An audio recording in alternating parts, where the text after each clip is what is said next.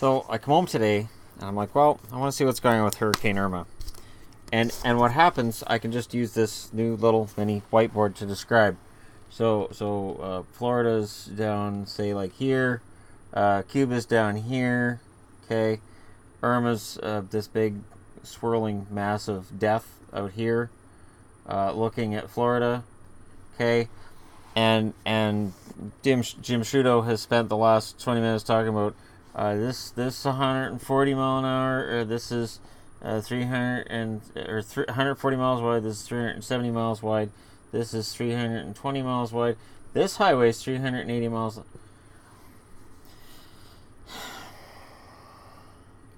It is so painful to watch the news when they're trying to fill time,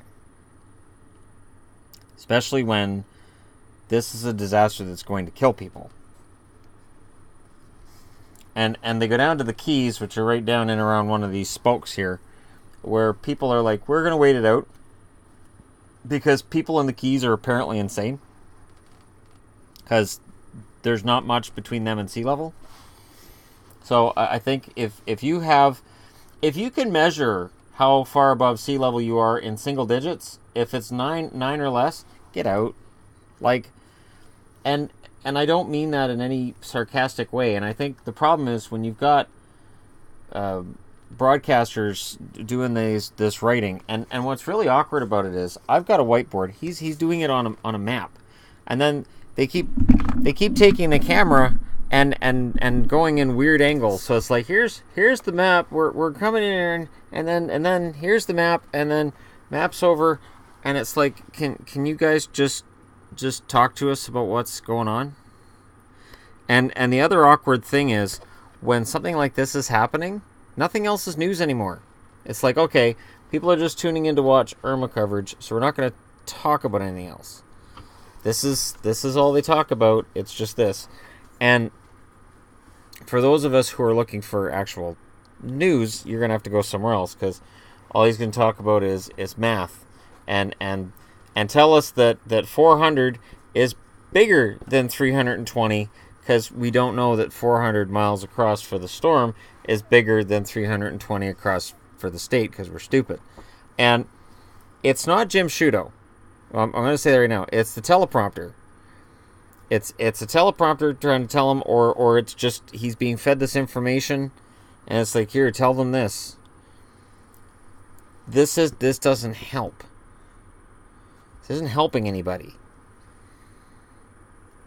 This is a massive storm, and again, and this goes back to a video I did a few days ago on the 24-hour news cycle about what really upsets me is this sensationalizes everything.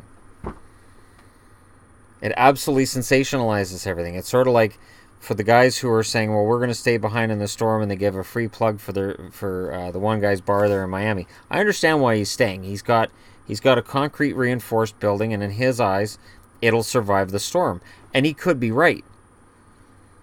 But for somebody who's going, I don't know, will I stay, will I go? If they watch this guy in the news and they go, well, he's staying. All right, well, yeah, no, if he can stay.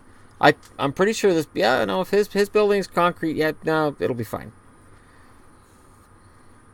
And you've got Chris Cuomo going, well, I don't want to see you get hurt. And it's like he almost commits to the idea that, hey, this might be giving somebody out there the wrong idea, and then he backs away from it.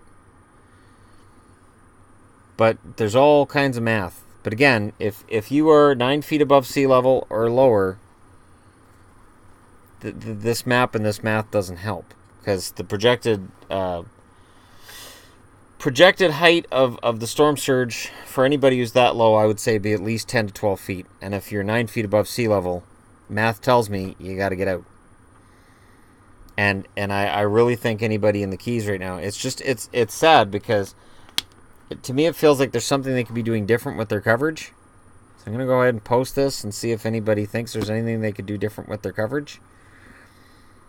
Or is this it? Is this is what's going to bring in the ratings, so this is all anybody cares about? Is let's just get all those numbers.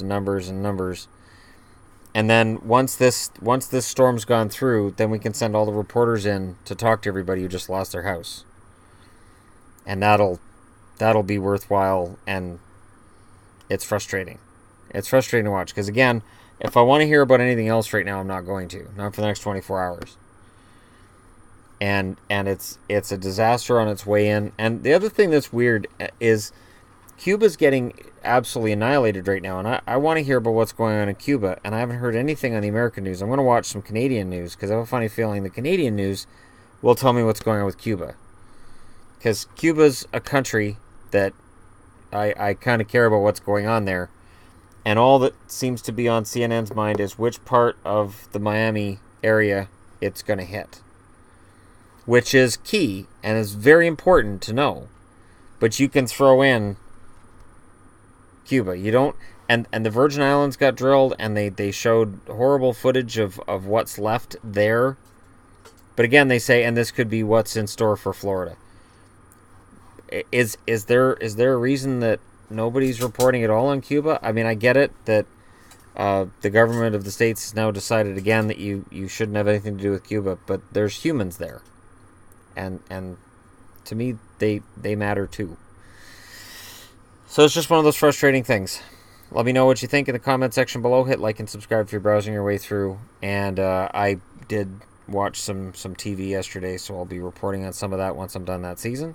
Until then, I'm good for now. Thanks for watching.